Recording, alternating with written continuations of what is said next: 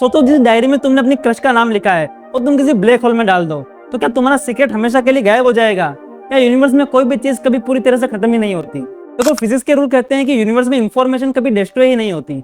मतलब अगर तुम डायरी जला भी दो तो धुआं और रात में उसकी इंफॉर्मेशन किसी ना किसी फॉर्म में बची रहती है। जैसे एक पेनड्राइव के बारे में सोचो जिसमें आपकी सब फाइल्स हैं। अब आपने सब फाइल डिलीट कर दी, लेकिन वो फाइल सिस्टम के फ्रेगमेंटेड पीसेस में अब भी कहीं है, तो टेक्निकली रिकवर हो सकती है। पर हम बात कर रहे हैं ब्लैक होल की। ब्लैक होल जहाँ ग्रेविटी इतनी ज्यादा होती है कि लाइट भी एस्केप नहीं कर सकती। पर 1970s में स्टीफन हॉकिंग ने बताया कि ब्लैक होल भी रेडिएशन इमिट करते हैं और धीरे धीरे इवोपरेट हो जाते हैं, जैसे अब हम हॉकिंग रेडिएशन के नाम से जानते हैं। पर रेडिएशन थर्मल होती है, यानी उसमें से पार्टिकल स्पेसिफिक इंफॉर्मेशन नहीं होती। मतलब अगर तुमने डायरी ब्लैक होल में भी डाल दी तो उसकी असली बातें रेडिएशन में नहीं मिलेगी। पर कुछ साइंटिस्ट मानते हैं कि नहीं, हम फिजिक्स के कोर प्रिंसिपल इंफॉर्मेशन कंजर्वेशन को वॉयलेट नहीं कर सकते।